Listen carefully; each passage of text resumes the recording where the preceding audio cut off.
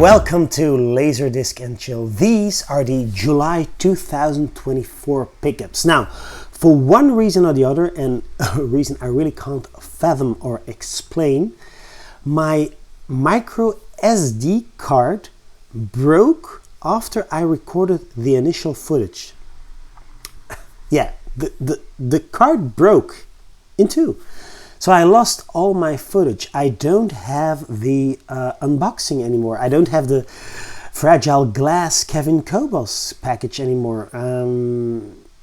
Really the very first time that ever happened. I do have the audio, so I can let you hear some audio of the original recording, but got another fragile glass package in the mail. Yeah, what good does that do? So yeah, sorry guys, this is an unorthodox fake second take. Yeah, I can't rebox the box. The box is gone. So let's just I'll just show you the discs I picked up in July. Yeah, sorry. So last month I picked up the Empire Strikes Back Special Collection, and here's a companion piece, the Empire Strikes Back Evergreen edition. Quite the fake cover art. I mean, look at this. It's clearly a pasted group shot in front of Bespin or Cloud City. But other than that, other than the underwhelming cover art, I'd say we're in great shape. There's a lot of text. I always like it when there's a sort of, essay. What does it say? Well, I'm not going to read it all, but this thriller-minute entry in the Star Wars saga introduced two new members of the Star Wars family. Lando Calrissian, the shifty space adventurer played with roguish charm by Billy D. Williams, and Yoda, one of the most delightful, ingenious, and instantly successful characters ever to appear on a movie screen. Also on board for adventure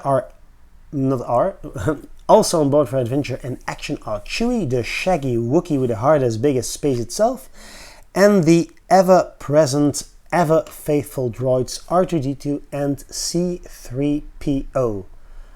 Genuine movie magic at its best. Great.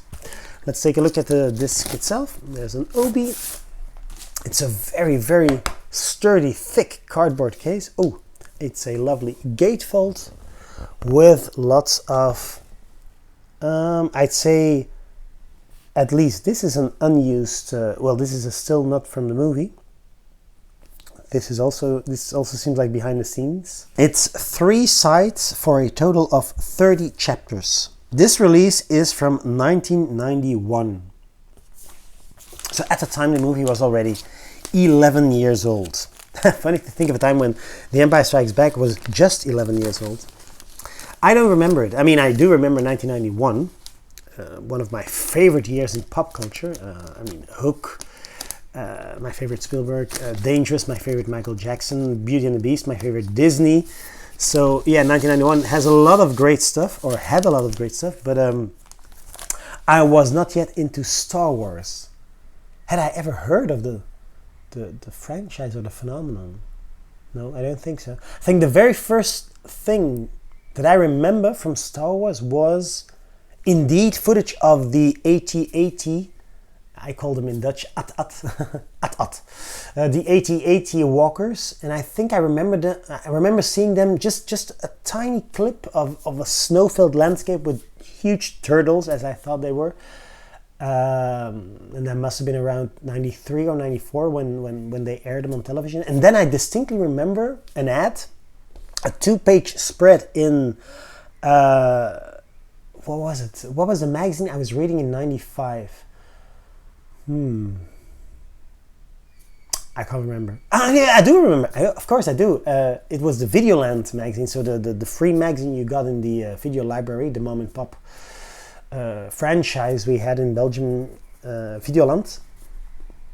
And there was a huge 2-page spread, the originals one last time. So the final, the VHS release for the uncut versions. And who knew at the time that the one last time turned out to be correct? Well, of course, we all know. They did release them one more time in 2006, the LaserDisc Masters on a DVD, but those results were Better than the reputation suggests, but still underwhelming. Please, Disney, release the uncut version.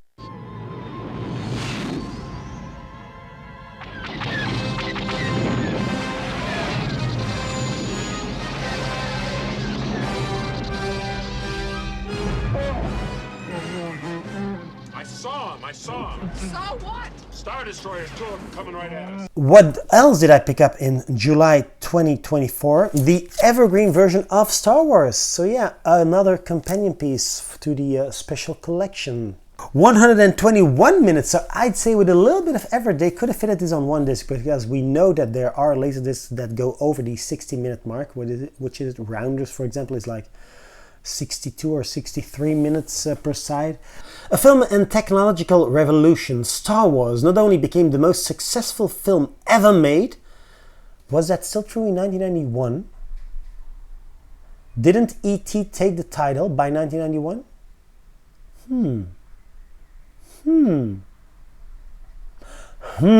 I should know this. Star Wars not only became the most successful film ever made, a film which has spawned a phenomenally successful sequel, but it also revolutionized wait, why would they call it a sequel? Sequels. By 1991 it was Return of the Jedi had come. Damn. Anyway, a sequel, but it also revolutionized cinematic special effects. Creator George Lucas and a group of technicians invented a whole array of processes to deliver to the screen Lucas's imaginative conceptions. Live action, animation, models and matte paintings all come together to create this fascinating film odyssey. Did the average public really know what a matte painting was? They're writing it as if everybody knows. Some of the most memorable scenes in the movie were the action-filled space battles, many of which were based on actual wartime film footage of fighter planes. Models were created and, aided by a computer-driven camera, were made to maneuver through the galaxies with an effect of unequaled excitement. Galaxies? What's with this text? It's a galaxy, right? It's not galaxies. It's a long time ago in a galaxy. What? Star Wars does not travel across galaxies? The new technology that the Star Wars team created has led to a whole new generation of space fantasy films whose special effects positively dazzle one with their realism and magic. Realism? Is there sound in space? The exciting appeal of the Star Wars special effects has also been reflected in another type of revolution: video games. Pulsating space armadas, high-speed asteroids and similar intergalactic weapons now dominate amusement arcades and ice cream parlors around the world. In 1991, there were no amusement arcades or ice cream parlors around the world. Yeah, in America, but not around the world. We never had ice cream parlors in Belgium.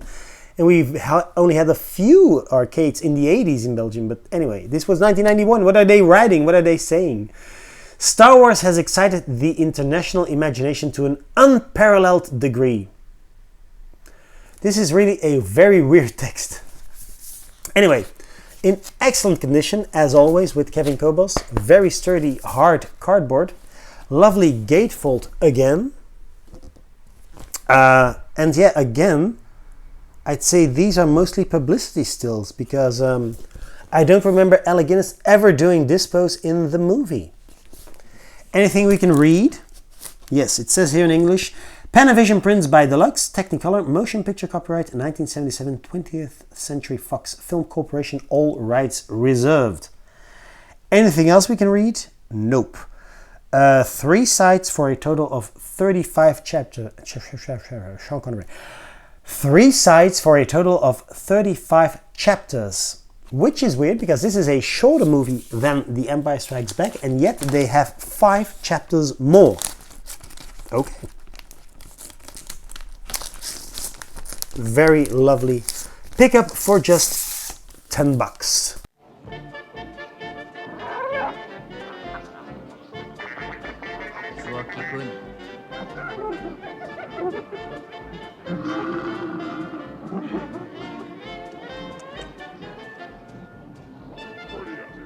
And then the final pickup of July, Simba's Pride. Yes, The Lion King Part 2. I've never seen The Lion King Part 2. I'm not a fan of Disney's direct-to-video sequels. Let's see if there's anything of value. Disney Laserdiscs tend to have postcards. Oh, and I think we're in luck. Yes. Oh no, it's not a postcard. It's a coloring. A coloring drawing. A drawing one can color in himself. Him, her, or they self. Let's see. Anything else? Anything else? Anything else? Oh, yeah, there's even one of those question and answer cards. Let's look at the disc. Lovely. Simba's Pride. Say, one of the final Disney Laserdiscs. I think PAL and or American Disneys had already stopped production. I think Mulan is like the final PAL. The French Mulan is like the final Disney in the PAL format. But of course in Japan they, I think after Simba's Pride, there was also, there was a 101 Dalmatians, like 2 or 3 of the episodes combined into a feature film. Dalmatian Vacation, something like that. And of course there's there's The Little Mermaid Part 2. That's the final Disney, if I'm not mistaken.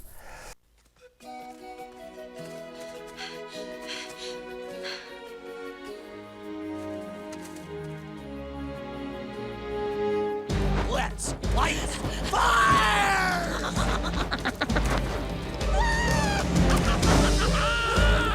Once upon a time, I had the idea to collect all Disney Laserdiscs, and even all versions, but then I thought, well, that's just a fool's errand. I mean, I ended up with, I think I already had like 4 Lion Kings and 5 Pinocchios, so I just started to downsize, because why does one need 5 different Pinocchios? Now I think a cool goal would be to just collect. Jump cut, my camera crapped out on me again. I don't know what's happening with my camera lately. So yeah, I once had the idea to collect all of Disney Laserdiscs, all of them, all versions. But then I ended up with like, I already had 5 Lion Kings and 4 Pinocchios, so no one needs 4 Pinocchios. So I decided to downsize and sell off a few. So I think I'm just gonna focus on 1 copy of every Disney movie on Laserdisc, and preferably the best copy. So I'll keep the deluxe box sets and perhaps 1 Japanese normal CLV, but the rest can just go because, well, no one wants a hoarder. One final thing, growing up, I always thought, so I've never seen this one, so I can't comment on the movie, but growing up, I always thought that Simba's Pride meant that he was proud of something. But pride apparently is also the English word for a troop, the group of lions gathering and living together. So a pride. Yeah, that's just the English language being funny as it is. Well, well, every language has, of course, multiple meanings for one word. For example, in Dutch, a bench, you can sit on a bench, but it's also a bank where you get your money. So bank has in Dutch both meanings. That's just weird. Until we meet again, keep spinning those discs.